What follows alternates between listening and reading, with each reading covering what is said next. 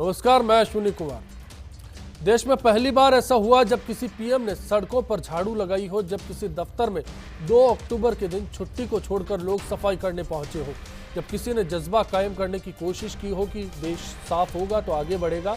ये वो तस्वीर थी जो आज हमने देखी। नरेंद्र मोदी के आह्वान पर न सिर्फ आमजन बल्कि पॉलिटिशियंस और ब्यूरोक्रेट्स ने भी हाथ में झाड़ू थामकर सफाई का पैगाम देने की कोशिश की। ये कोशिश राष्ट्रपिता मोहनदास करमचंद गांधी के लिए सच्ची श्रद्धांजलि कही जा सकती है। आज हमारी कोशिश होगी ये समझने की क्या 125 करोड़ की आबादी वाला ये देश सफाई के मायने में दुनिया को समझाकर मिसाल कायम कर सकता है। जानने की कोशिश करेंगे कि कांग्रेस को क्यों लगता है कि ये सब प्रोपोगेंडा है। क्या ये मिशन सफाई कर्मियों की तकदीर बदल पाएगा? क्या मायने हैं आज की सफाई के? समझने की कोशिश करेंगे खास मेहमानों के साथ ही आपकी राय जारी रहेगी। देखते रहिए बिग फाइट लाइव।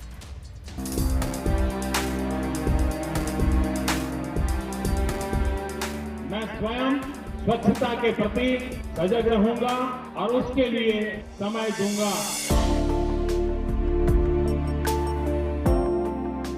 मैं न गंदगी करूंगा न किसी और को करने दूंगा।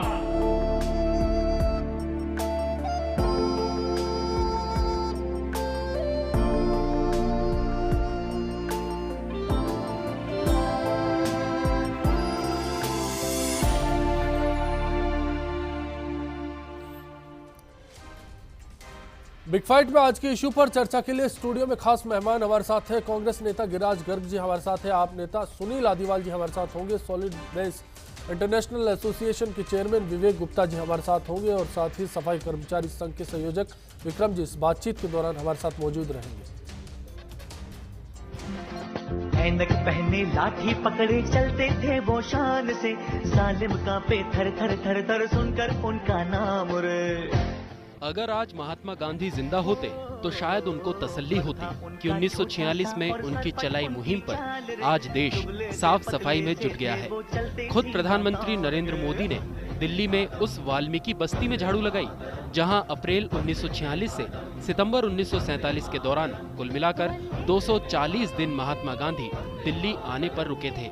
शायद पीएम मोदी की मंशा इस बस्ती से सफाई कार्यक्रम को शुरू करने के पीछे देश को स्वच्छता के साथ स्वस्थ भारत की पहचान दिलाने की रही हो। लेकिन कितने लोगों ने इस मकसद को सोचा और समझा?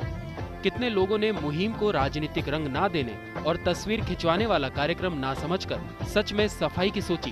तकरीबन 60,000 करोड़ के बजट वाले देशव्यापी प्रोग्राम में हर मंत्री, हर सांसद और हर बीजेपी विधायक ने हाथ में झाड़ू थामी थी। इस दौरान स्वच्छ भारत की शपथ ली गई और महात्मा गांधी का सपना पूरा करने की बात हुई। गांधी बोलते थे कि भारत गाँव में बसता है, तो फिर ये सफाई का हो हल्ला सिर्फ शहरों तक क्यों सिमटा? स्मार्ट सिटी के सपने में कहीं क्लीन सिटी का प्रोजेक्ट धीमा तो नहीं पड़ेगा? एक गांव की गंदगी और शहर की बहुमंजिला इमारत के मॉडल में सफाई को लेकर फर्क साफ है। लेकिन ये फर्क है क्यों? क्या इसे समझा गया? क्यों गांधी जी ने वाल्मीकि समाज को मुख्य धारा से जोड़ने की बात की? अगर देश की वाल्मीकि बस्तियों को देखा और समझा जाए तो हकीकत सामने आ जाएगी। सफाई का सच। दलित समाज के 17 करोड़ लोग आज भी मुख्य धारा से कटे हुए हैं। देश भर में 27 लाख सफाई कर्मचारी, 7,70,000 सरकारी सफाई कर्मचारी, 13 लाख सफाई कर्मचारी मलमूत्र साफ करने वाले, करीब 20 लाख सफाई कर्मचारी ठेके पर काम करते हैं। सफाई कर्मी की औसत आय 3 से 5,000 रुपए महीना। हर महीने 200 सफाई कर्मियों की मौत काम करते वक्त। सिर्फ मुंबई में हर साल सीवरेज साफ करने वाले 20 कर्मचारियों की मौत। गटर सीवरेज साफ करने वाले 90% लोगों की मौत 60 बरस से पहले। 60% सफाई कर्मी कालरा, अस्थमा, मलेरिया और कैंसर से पीड़ित। देश के वाल्मीकि समाज की बस्तियां सुविधा विहीन, स्वास्थ्य और बीमा की कोई सुविधा नहीं। आजादी के 67 साल बाद की इस तस्वीर को देखते हुए क्या सोचा और क्या समझा जाए? क्या ये हालात बने रहे तो साफ भारत बनेगा? क्या स्वच्छ भारत कार्यक्रम के तहत जितनी झाड़ुएं चली उनमें से सही मायने में किसी ने इस दलित बस्तियों को साफ करने का जिम्मा उठाया जहां सही मायने में गंदगी बसती है?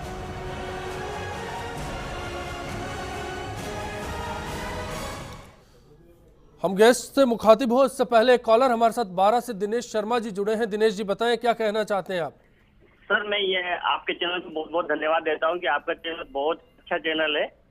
शुक्रिया आपका। बताएं आज के मुद्दे पर आपकी क्या राय है? सर मैं इस मुद्दे पे यही कहता हूँ कि ये स्वच्छ भारत अभियान नहीं है, ये जी। तो फोटो खिंचाओ अभियान चल रहा है। शुक्रिया, बिल्कुल इसी के मायने समझने की कोशिश कर रहे हैं आज हम। और इस चर्चा में हमारे साथ बीजेपी नेता नहीं है, लेकिन लगातार उनकी राय जो आज कैमरे पर उन्होंने दी वो जानने की कोशिश करेंगे कि उस दौरान उनका क्या मायने रहा और उसको किस तरह से लिया जा सकता है।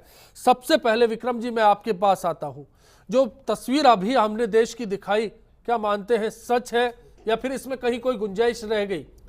देखिए अश्विनी जी, जो सच्चाई आपने दिखाई है वो बिल्कुल सत्य है। वाल्मीकि समाज के साथ किस तरीके से दुर्व्यवहार किया जा रहा है, सफाई के मामले में जो वाल्मीकि समाज है मुख्यधारा से बिल्कुल अलग हो चुका है। जो तस्वीर अभी आपने बताई, कितने लोग किस किस बीमारी से पीड़ित हैं, या कुछ लोग तो 55 और 60 के बीच में उनकी मृत्यु हो जाती है। उसके बावजूद भी देश में अभी तक वाल्मीकि समाज के लिए कोई मुख्यधारा में जोड़ने का ऐसा कोई काम नहीं किया गया जिसकी वजह से वाल्मीकि समाज मुख्यधारा में आए। आज भी वाल्मीकि समाज के साथ दुर्व्यवहार और सबसे मलमूत्र साफ करने का जो काम करता है उसकी वजह से गणना की नज़रों से देखा जाता है। जी विवेक गुप्ता जी, आपने जयपुर में एक स्कीम शुरू की थी जिसके तहत डोर टू डोर वेस्टेज का कलेक्शन होता था, और उस स्कीम को लेकर आपकी क्या सोच रही होगी और उसको लेकर लगातार आप काम करते रहे हैं। जयपुर की सफाई अगर बात की जाए सफाई की, तो उसको लेकर आप सीरियस रहे, तो उसके पीछे क्या सोच रही है आपकी? पहले तो मैं मेरे नाम का शुद्धिकरण करना चाहूँगा जी। हालांकि आपके लोगों को पहले भी बताया गया विवेक था कि अग्रवाल जी, विवेक बिल्कुल अग्रवाल हमने मेरा किया नाम है, ठीक किया है उसको। जहाँ तक जयपुर का सवाल है और जहाँ तक door to door garbage collection की जो योजना जयपुर से चालू हुई 1994 में, पूरे 20 वर्ष हो गए, और तब से आज तक के सफ़र को अगर देखते हैं तो सफ़र कोई आसान नहीं रहा, लेकिन उसका विस्तार हुआ है। जयपुर ज़रूर इसमें कुछ पीछे छूट गया, लेकिन पूरे राष्ट्र ने इसको अपनाया है। अगर आप देखते हैं 1994 में सूरत का प्लेग हुआ, और उसके पहले ही जयपुर ने ये सोचा कि ये प्लेग क्यों हुआ था, उसके पीछे गंदगी मूल कारण था। और गंदगी को उसमें 80% जो वेस्ट है, जो कचरा है, वो हम घरों पे इकट्ठा करते हैं, घरों पे जनरेट करते हैं, उसको इकट्ठा करने का एक प्रयास था। आज देश में अनेक शहरों में, क्योंकि सुप्रीम कोर्ट की भी उसके बाद गाइडलाइन आई, उसके बाद मैनेजमेंट रूल्स बने, सॉलिड वेस्ट मैनेजमेंट रूल्स बने 2000 के अंदर, और उन रूल्स के अनुपालना में अनेक ऐसी सिटीज़ हैं महाराष्ट्र के अंदर, गुजरात के अंदर, छत्तीसगढ़ के अंदर, पंजाब के अंदर, तमिलनाडु के अंदर, जहाँ पे कि 100% door to door garbage collection हो रहा है। एक सेकंड इनकी बात का मैं थोड़ा सा कहना चाहूँगा, जो वाल्मीकि समाज की बात इन्होंने कही, क्योंकि मैं इसके साथ 20 साल से बहुत अंतरंग तरीके से जुड़ा हुआ हूँ, और हमने ये देखा कि वाकई में ये एक ऐसा समाज है जो कि जिसको कि मुख्य धारा से मैं बात नहीं करता हूँ, क्योंकि मुख्य धारा में तो आज भी हैं, मुख्य धारा किसे मानते हैं, लेकिन वंचित वर्ग जरूर है। आज भी जो परिलाभ आपने एक बात कही, स्वास्थ्य और बीमा, उसकी बात कही, लाभ हैं लेकिन मिल नहीं पाते, इनको मिल नहीं पा रहे। ईएसआई का बेनिफिट मिलना चाहिए, पीएफ का बेनिफिट मिलना चाहिए। ये जयपुर एक ऐसा शहर है जहाँ की मेयर ये कहती है, नरेंद्र मोदी की जो एक सेकंड मेरे को बोल, यहाँ की मेयर एक ऐसी है, हमने एक बहुत बड़ा सर्वे किया, पूरे कंट्री वाइड सर्वे किया, और यहाँ की मेयर एक ऐसी है जो कहती है कि कॉस्ट बढ़ जाएगी। तो हम ह्यूमन की कॉस्ट को कहाँ देखते हैं? वाल्मीकि समाज का ह्यूमन नहीं है, हमने उसको ह्यूमन माना ही नहीं, मानव माना ही नहीं, और उन्होंने कहा कि यहाँ की सफाई की कॉस्ट बढ़ जाएगी, इसलिए हम ये परिलाभ उनको देना नहीं चाहते। तो जो आज ये हुआ है, ये देश में बहुत बड़ी क्रांति के रूप में आगे बढ़ेगा। 20 साल से हम ये सपना देख रहे थे। तो आप मानते हैं नरेंद्र मोदी की पहल सार्थक है, भले ही इसको आज बिल्कुल इंप्लीमेंट के तौर पर देखा जाए तो ये एक सिंबॉलिक है, एक ये प्रतीकात्मक है, इसको कोई हम लोग मेरा किसी राजनीति से लेना देना नहीं है जी। लेकिन निश्चित रूप से एक आम आदमी के बीच में ये गया है कि सफाई महत्वपूर्ण है, सफाई करनी चाहिए, और मुझे कूड़े का निस्तारण कैसा करना चाहिए। आपने मुद्दा बिल्कुल मैं आऊंगा, कूड़े के निस्तारण के मुद्दे पर मैं आऊंगा, आपसे जुड़ूंगा। 2 कॉलर हमारे साथ हैं। जाकिर साहब बीकानेर से हमारे साथ जुड़े, बताएं आपका क्या कहना है? सर मैं ये कह रहा हूँ कि जो लोग फॉर्मेलिटी कर रहे हैं, ये फॉर्मेलिटी इनको क्या शोभा देती है? और अगर ये फॉर्मेलिटी इनको शोभा देती है तो प्रधानमंत्री जी ने बता कि झाड़ू पोछा लगाएंगे जी। ये है ना, 70 जो पंजाबी लोग हैं 70 उन्होंने ये करवाया, और उसके बाद के अंदर ये बात याद है, अगर ये अपनी कर्मचारियों पे ध्यान देते हैं तो ये लोग नहीं थी ना, अपने कर्मचारी स्टिक करो, उनको नगर पालिका वगैरह जो भी स्टिक करो, अपने मंत्री को स्टिक करो कि ये चीज होनी चाहिए। आज स्वाइन फ्लू पूरे देश के अंदर फैल रहा है, मलेरिया फैल रहा है, क्या कारण है? इनकी बिल्कुल लापरवाही क्यों बिल्कुल यही जानने की कोशिश कर रहे हैं कि स्वास्थ्य कैसे मिलेगा, क्या सफाई के जरिए इस रास्ते से स्वास्थ्य के रास्ते तक पहुंचा जा सकता है। चमन जी ब्यावर से हमारे साथ है, चमन आ रहा है, बताएं आपका क्या कहना है। सर नमस्कार, मैं ब्यावर से हूँ जी जी सर। अब जैसे जाकिर साहब कह रहे थे कि मतलब जो बड़े नेताओं ने ये जो आज जो करके दिखाया तो उनको शोभा नहीं देता है, लेकिन सर ये एक संदेश भी जाता है जनता को कि जो बड़े लोग अगर छोटा काम करते हैं तो वो छोटे नहीं कहलाते हैं। जी जी, और सर एक ये जो ये सफाई का अभियान चला है तो सर जैसे दूसरे देशों में एक रूल रेगुलेशन होते हैं तो वो जनता फॉलो करती है, लेकिन इंडिया में कोई ऐसा रूल रेगुलेशन है ही नहीं कि आम जनता है वो कचरा कहीं भी फेंक देती है। जिस तरह से ट्रैफिक के अंदर सीसी कैमरे लगे हुए होते हैं सर, उसी तरह हर जगह कैमरे लगे हुए होने चाहिए, और जो भी आम आदमी कचरा फेंके तो उसके ऊपर पेनल्टी होनी चाहिए सर। जैसे हांगकांग, दुबई यहाँ होती है तो वहाँ सर कचरे की मतलब अपन देख ही नहीं सकते कचरा, लेकिन इंडिया में सर ये इतना करने के बावजूद भी मुझे नहीं लगता है कि ये पॉसिबल। बिल्कुल, इसीलिए ये बहस आज छिड़ी है। शुक्रिया चमन जी बिग फाइट से जुड़ने के लिए। सुनील जी मैं आपके पास आऊंगा। आप पार्टी इस पूरी मुहिम का समर्थन कर रही है, आप पार्टी जुड़ी है, सफाई भी आज की गई, क्या मंतव्य रहा आपका? देखिए ऐसा है कि दो तरह की सफाई है, एक सिस्टम के बाहर की जिसकी चर्चा हो रही है, एक सिस्टम के अंदर की। जी हमारा तो जन्म ही जो है वो सिस्टम के अंदर पहले भ्रष्टाचार की सफाई और उसके बाद राजनीतिक सफाई के लिए हुआ है। पर आपने देखा बहुत ईमानदारी से 3 स्तर पर हमने लड़ाई पिछले 3 सालों से लड़ी है। एक अदालत में प्रशांत भूषण जी के नेतृत्व में, जिसमें आप कोई भी घोटाला देख लें बड़ा जितना भी हुए, 2G, कोलगेट, इन सभी घोटालों में आज का इस सफाई अभियान का क्या मकसद रहा? तो मेरा कहना देखिए ऐसा कि खाली अगर सफाई करनी भी तो 2 फेज में हो सकती है जी। एक सफाई जिसमें आम आदमी भागीदारी की बात मोदी जी कर रहे हैं, लेकिन देखिए अगर हम 100 घंटा साल में दे भी देते हैं उससे सफाई नहीं होगी। पहले हमको जो सरकार की व्यवस्था है, सिस्टम है, जिसमें सफाई कर्मचारी हैं, उनके समस्याएं समझ के दूर करनी पड़ेगी। रोजाना वही सफाई करते हैं तभी सफाई हो पाएगी। और आप देखिए जैसे महंगाई बेरोजगारी का मूल कारण भ्रष्टाचार है, सफाई नहीं होने का भी मूल कारण भ्रष्टाचार है, और भ्रष्टाचार पे सरकार मौन है। किसी से आप पूछ लीजिए जयपुर में कि नगर सफाई अभियान की अगर पूरी बात की जाए तो करीब 60,000 करोड़ का अनुमान है 5 साल का, क्या कहना चाहेंगे? ऐसा ही 60,000 करोड़ में तो शौचालय और बहुत सारी चीजें आ रही। मेरा खाली ये कहना है कि किसी से आप पूछ लीजिए कि सबसे ज्यादा भ्रष्टाचार नगर निकाय में है जी। और जब तक ये भ्रष्टाचार की कोई समाधान जो है सरकार नहीं निकालेगी तब तक अगर आम आदमी 100 घंटा सप्ताह के 2 घंटा दे भी देगा तो कैसे सफाई हो पाएगी? क्योंकि हम 2 घंटा दे देंगे कचरा फिर आ जाएगा। ये भी जानने की कोशिश करेंगे, ब्रेक के बाद सुनेंगे बीजेपी नेताओं का क्या रुख है। नारायण पुरोहित जी हमारे साथ जुड़े हैं जालोर से, बताएं क्या कहना है आपका? ये जो सफाई का अभियान चल रहा है, ये सिर्फ डिस्ट्रिक्ट लेवल या स्टेट लेवल तक, ये ग्रामीण तक रहेगा क्या? गांवों तक पहुंचना चाहिए, यही आवाज आज हमारी है। नहीं, अब तो यहाँ पे ऐसा भी नहीं देखा कि कोई एमएलए या विधायक वहाँ आके भी वहाँ पे उस गांव से जहाँ से जीत के बीजेपी से गया वो वापस वहाँ की सोच देख रहा है कि भाई सफाई कैसे हो रही है, कि सड़क का मरम्मत कैसे हो रही है, कि सड़क के किनारे पे कचरा कैसा पड़ा है। शुक्रिया आपका।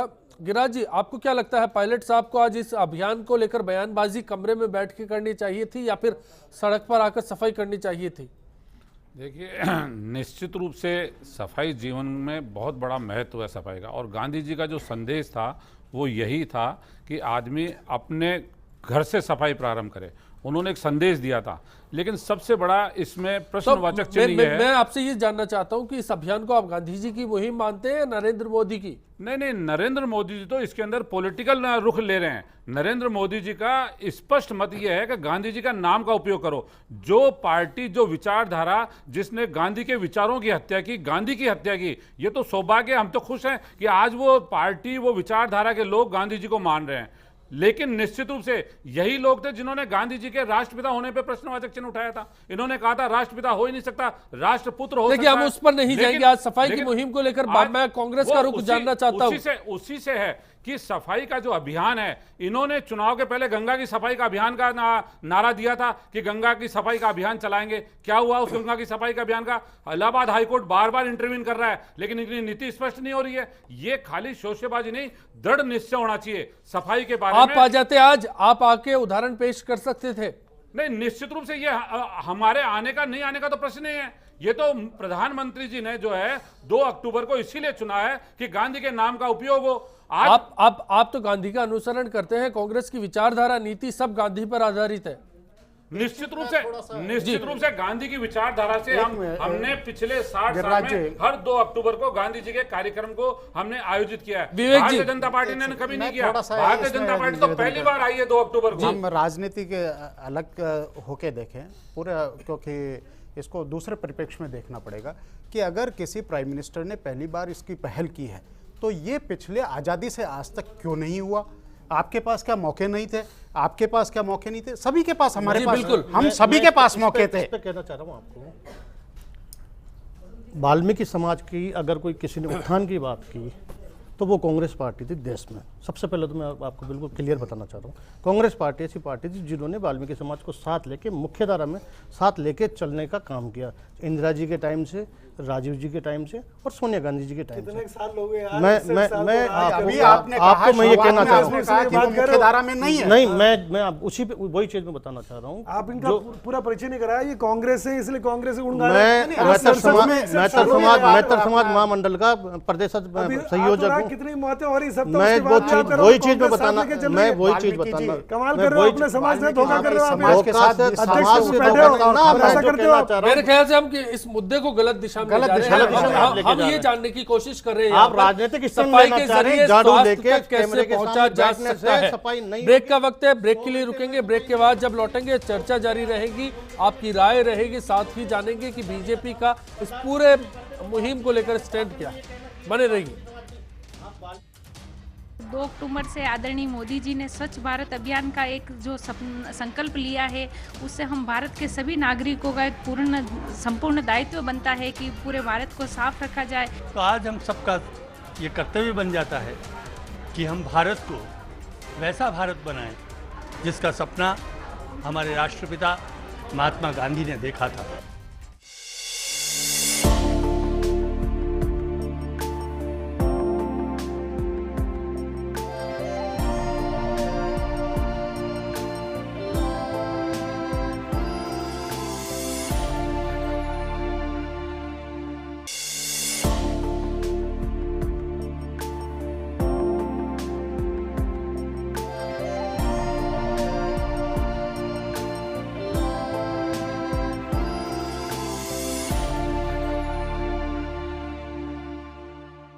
स्वच्छता के प्रति सजग रहूंगा और उसके लिए समय दूंगा।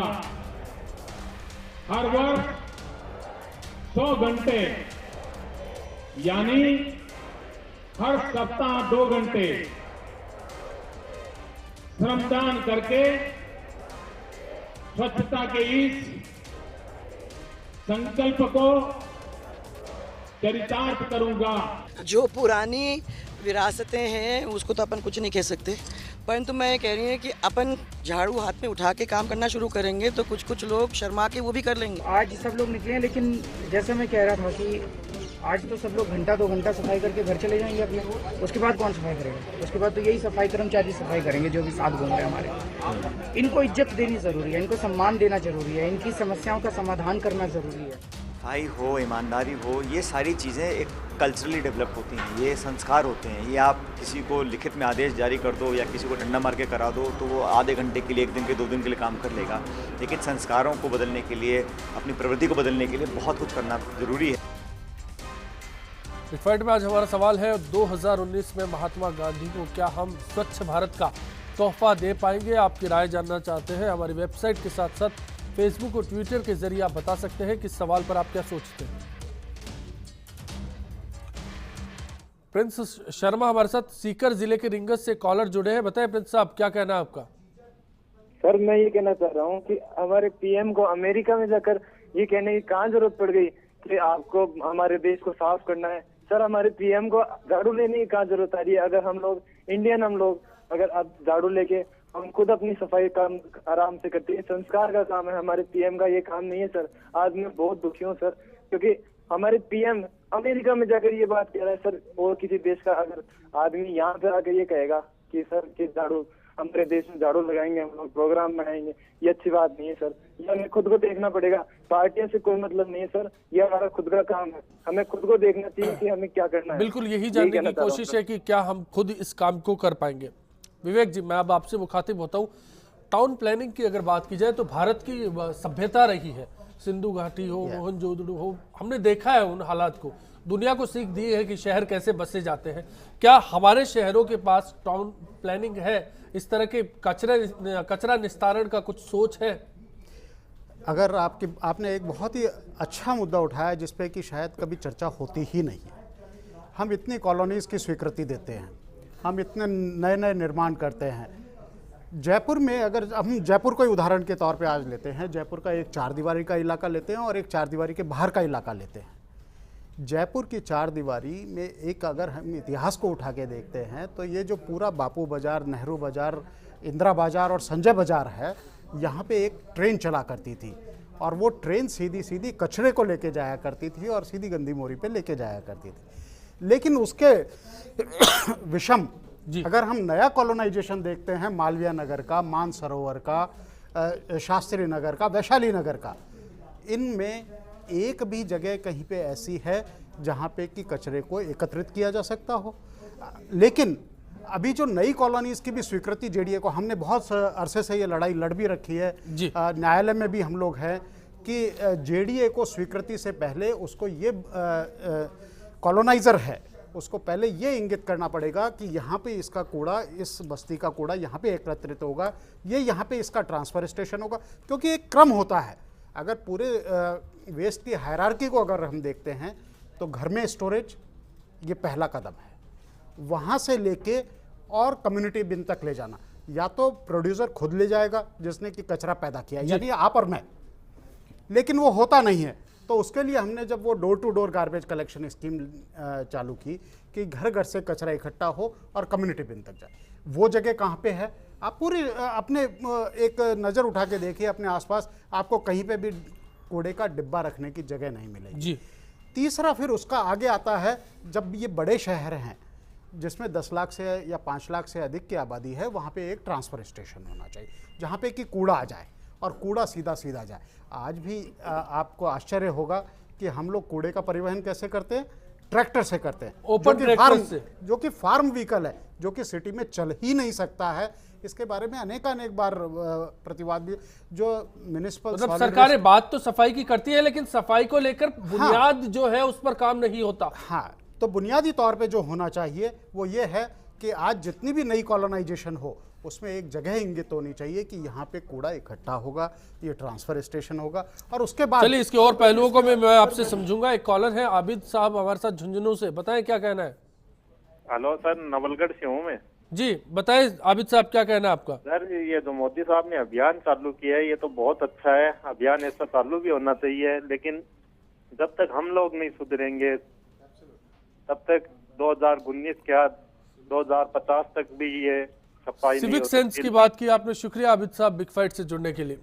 गिरिराज जी, आप इस बात पर तो सहमत है, लेकिन क्या हुआ आज तक? दरअसल इतिहास पर जाने की जरूरत है, क्योंकि कांग्रेस अगर इस मुहिम पर सवाल उठाती है तो कांग्रेस से पूछा जाना चाहिए कि आपने क्या किया। देखिए, निश्चित रूप से क्या है कि सफाई जो है वो, चूंकि देश की आज़ादी के बाद महात्मा गांधी का सपना था देश साफ हो, आदमी का स्वास्थ्य ठीक हो, निश्चित रूप से सफाई होनी चाहिए। लेकिन जैसा अभी विवेक अग्रवाल जी ने कहा कि स्ट्रक्चर जो है हमारा, उस पर हमारा ध्यान ही नहीं है। आज भी हमारे पास सरकार आपकी तो लंबे अरसे तक रही है साधन जो, लेकिन उसके साथ साथ पॉपुलेशन का दबाव भी तो बढ़ा है। सबसे बड़ी बात इस देश में करप्शन की भी तो है। आपने कर्ज उठाए हैं, आप सुविधाएं दे सकते हैं। निश्चित रूप से आज भी स्थानीय निकाय की जो स्थितियां हैं वो इतनी वीक है कि वहां कर्मचारियों का 20-20 साल से नई कर्मचारी की भर्ती नहीं हुई। कौन सुधारेगा? सुनील जी, आप सहमत है गिरिराज जी की इस तरह से?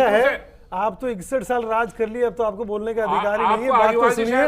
अपडेट समस्या तो समझ लीजिए, पर एक मिनट सुने मेरी बात। आप पहले गणित को शुद्ध करिए अपनी को कि 61 साल कांग्रेस ने राज नहीं किया है। अरे कांग्रेस के समर्थन से राज किया है। 52 में सरकार बनी और ये 14 है, बीच में 11 साल सरकारें दूसरी रही 12 साल। अरे उसमें समर्थन आपका था ना, उसको करेक्ट तो करिए। बीजेपी छोड़ के आपका समर्थन था। कांग्रेस ने कितने साल शासन किया आप उसको अब ये 60-61 में तो लगी है। इसमें ना उलझे, मैं दरअसल ये जानना चाहता हूं कि आपने किया क्या। देखिए सर, ऐसा है कि समस्या अगर समझनी है और सुधारनी है तो सफाई अगर करनी है तो पहले गंदगी कहां से आ रही है। मैं डॉक्टर साहब से आगे की बात कहता हूं कि ऐसा कि जो विकास का मॉडल आर्थिक नीतियां कांग्रेस बीजेपी सभी ने, अब मैं 65-67 साल की बात कर रहा हूं, दोनों पार्टियों ने जो नीतियां अपनाई है उसमें गांव में रोजगार नहीं है, इसलिए गांव का व्यक्ति शहर में आने को मजबूर है अपनी रोजी रोटी के लिए। शहर में अब मान लो 10 लाख के लिए जयपुर बनाया गया था, अब 35 लाख लोग रहेंगे तो कच्ची बस्तियां झुग्गी झोपड़ी में रहेंगे, वहाँ नाली भी नहीं है, वहाँ कचरा पात्र भी नहीं है, वहाँ कोई सीवर की व्यवस्था नहीं है। उसके बाद भूमि माफियाओं ने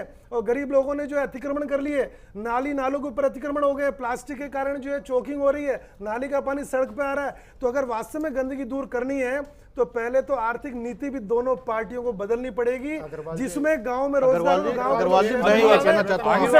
एक और चीज, जो बाजार में सामान मिल रहा है, सामान की कीमत लागत कम है, उसकी पैकिंग की कीमत और उसमें खर्चा ज्यादा हो रहा है, वो सारा पैकिंग जो घर जाने में फेंकना पड़ता है, इतना प्लास्टिक उपयोग हो रहा है। अगर सफाई को पूरे तौर पे अगर आप जी चलिए हम विवेक जी को सुनते हैं, फिर विक्रम जी के पास भी जाएंगे। अगर सफाई को पूरे तौर पे देखते हैं तो उसके लिए जिम्मेदार और कोई नहीं है, ना कोई शासन है ना कुछ है, उसके लिए अगर जिम्मेदार है तो आप। चलिए हम इससे आगे की बात विक्रम जी के मुंह से सुनेंगे। कृष्णा कोरानी हमारे साथ कॉलर है, जयपुर से फोन लाइन पर है। कृष्णा जी क्या कहना है आपका?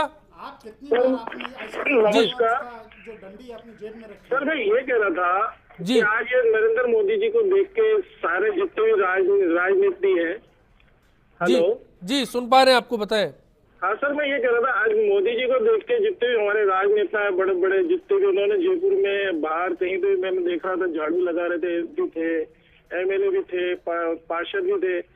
सर मैं आपके चैनल के माध्यम से ये जानना चाहता हूँ, आज जो कॉलोनी की जो दशा है या हालत है उसकी जिम्मेदारी कौन लेगा?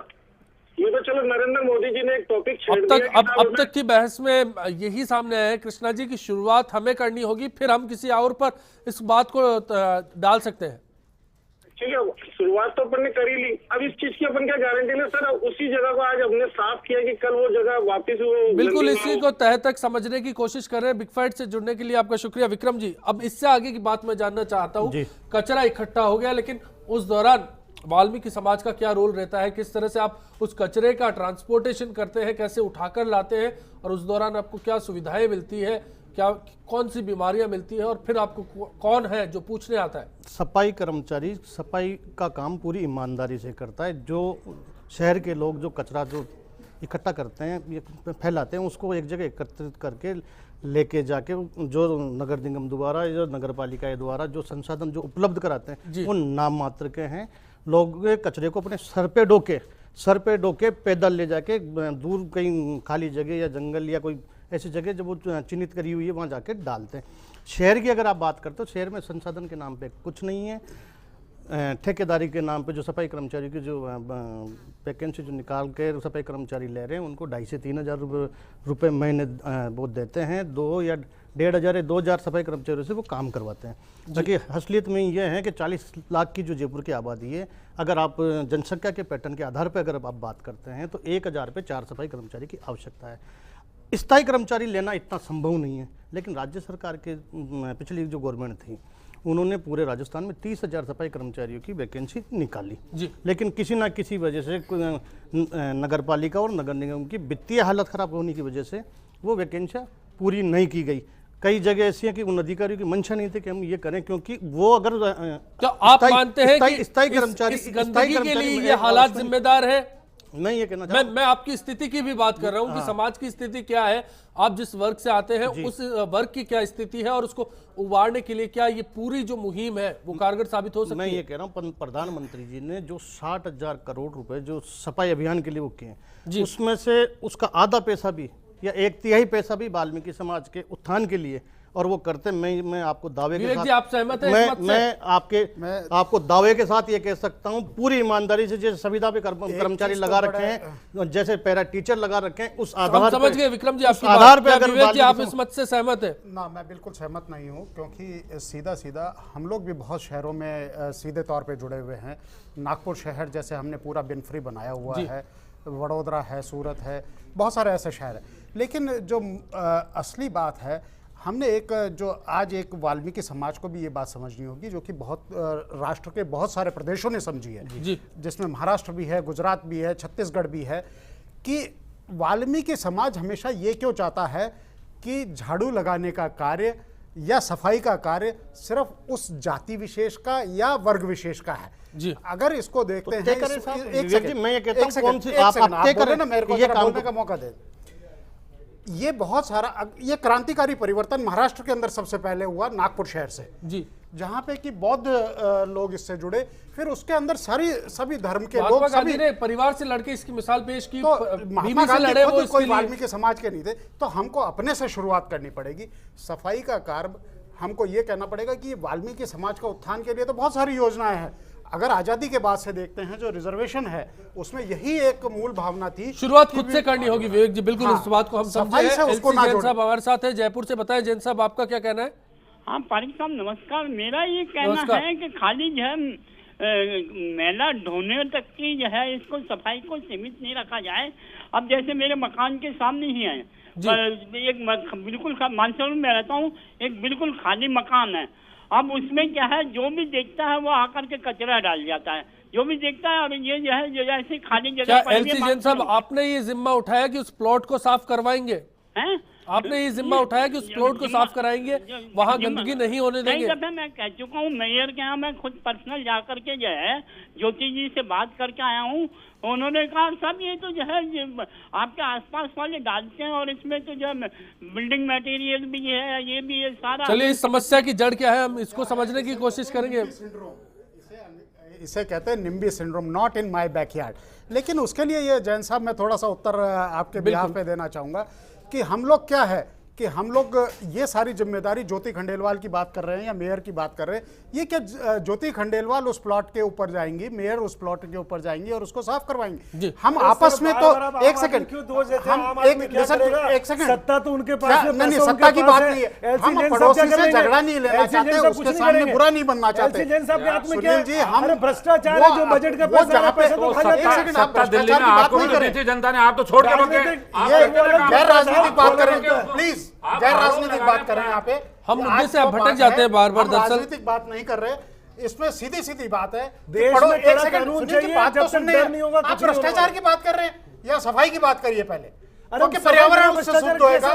जब पर्यावरण शुद्ध होगा, हम स्वस्थ रहेंगे तो भ्रष्टाचार कम होगा। चलिए एक और कॉमन मैन हमारे साथ जुड़ा है। बिल्कुल थोड़ा सा ये जैन साहब को कि हम पड़ोसी से ये नहीं कहना चाहते हैं क्योंकि हम बुरा बनना चाहते हैं, उससे ही लगता है कि हम उससे झगड़ा हो जाएगा। मैं इस पर भी आऊंगा कि टाउन प्लानिंग में इसके लिए क्या हो सकता है और क्यों नहीं सरकार इस पर ध्यान देती।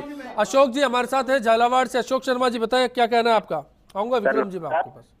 जी सर, आपकी चर्चा में सर दो चीज जोड़ना चाहता हूँ जी। पहली चीज तो कि आज नरेंद्र मोदी ने जो स्टार्ट किया है वो बहुत बढ़िया चीज है, बहुत बढ़िया बात है कि इतना बड़े पोजीशन पे बैठने वाला आदमी अगर झाड़ू हाथ में लेता है तो हम भी ले सकते हैं, आम आदमी भी ले सकता है और सफाई कर सकता है सर। बिल्कुल। लेकिन दूसरी चीज मेरे यहाँ एक चीज समझ में आती है कि जब भी कोई भी चर्चा हो रही है सर, कांग्रेस पार्टी ने अभी जैसे कह दिया कि महात्मा गांधी जी की पुण्यतिथि पे उन्होंने क्यों शुरू किया और वो क्या हत्यारे हैं, ऐसा कुछ शब्द जो उन्होंने जोड़ा है वो गलत है सर। क्योंकि कांग्रेस अकेली महात्मा गांधी जी के लिए रिपोर्टेड उनकी। आज हमारे बीच में बीजेपी के प्रतिनिधि भी इसलिए नहीं है कि हम इस मुद्दे पे राजनीति नहीं करना चाहते, हम लोग समझने की कोशिश कर रहे हैं कि दरअसल इस सफाई के मायने क्या हो सकते हैं और साथ ही साथ जो हमारे व्यूवर्स हैं, हमारे दर्शक हैं, उन तक इस बात को पहुंचाने की कोशिश कर रहे हैं कि दरअसल इस सफाई के मायने क्या है और इसको किस तरह से लिया जाना चाहिए। ब्रेक के लिए रुकेंगे, ब्रेक के बाद जब लौटेंगे तो बात होगी इन कचरा पात्रों की। दरअसल शहरों में इनको किस तरह से रखा जाना चाहिए, पब्लिक टॉयलेट्स किस तरह से एक शहर में होने चाहिए और क्या ऐसा होता है, क्या ये हमारा हक है और क्या सरकारें ये हक हमें दिलाना चाहती है। ब्रेक के बाद। साल में 2 बार होना चाहिए या साल में 4 बार होना चाहिए या महीने में 1 दिन गांधी जी के नाम पर चाहे ऑफिस हो, चाहे घर हो, चाहे कोई भी डिपार्टमेंट हो, वहाँ सफाई होनी चाहिए ताकि लोगों, आम जनता, भारत की जनता के लोगों में इस चीज़ की हैबिट हो। आज 2 अक्टूबर है और गांधी जी जो स्वच्छता की ओर जो अभियान चलाते थे, मोदी जी ने पूरे देशवासियों को इसको मतलब वापस उन्होंने शुरुआत करके सबको मतलब ये कहा है कि भाई आप भी इससे जुड़ो और भारत के लिए बहुत ज़रूरी है।